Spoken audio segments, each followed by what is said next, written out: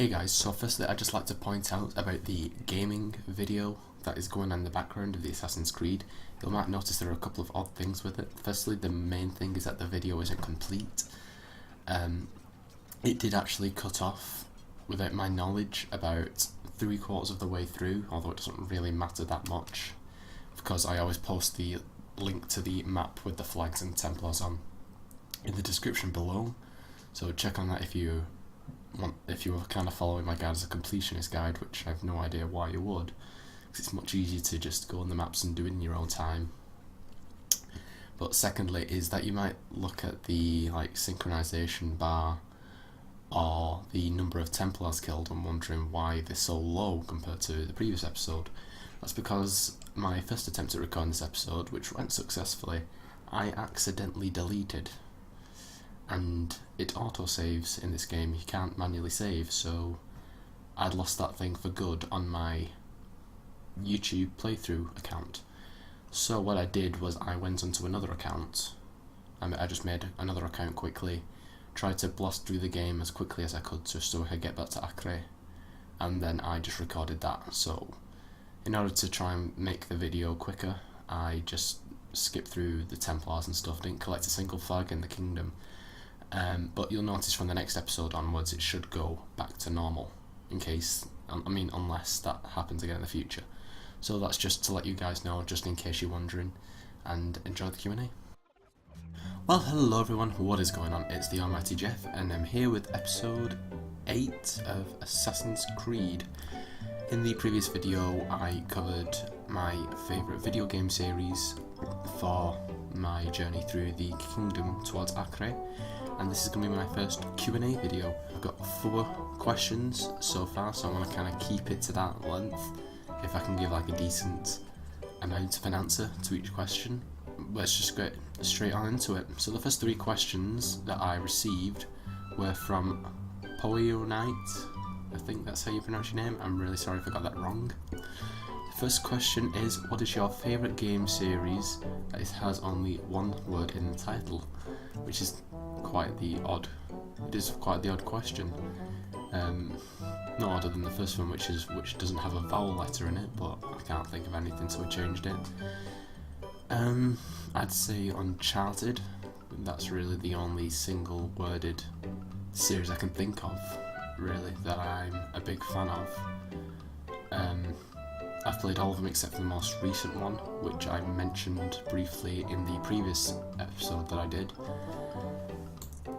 It's a really good series. It's just a shame that it's PlayStation exclusive, but if you do have PlayStation, it's definitely something that you definitely need to get. So I'd say Uncharted. I love the parkour, the ability to collect. I love games where you can just go off and do collectibles, but also have a really interesting story, and the replayability is there as well. So I'd definitely say Uncharted is my favourite game series that is a single title. The second question is, what is my favourite TV show? This is quite a tricky one actually. I have quite a few that I like immensely. I'll probably stick with what I think has and always will be my favourite TV show, that being Doctor Who. I am a sci-fi geek, it's not really hard to tell if you look at me. But yeah, I got into the show back in 2008, I think. Yeah, when David Tennant and Catherine Tate were in the roles, and since then I've seen every episode. I've gone back and watched the ones from before. I've watched quite a lot of Classic Who episodes as well. I love, in particular, John Pertwee, Tom Baker, William Hartnell. I mean, he's a very underrated actor considering he's the first one, but I actually quite like William Hartnell. Yeah, I love Doctor Who, and quite a lot of people also love the show, so that's my favourite TV show. The third question, which is a really odd one, is, would you live on an island for 90 days with an unlimited amount of food and about 20 other people, but death circles you?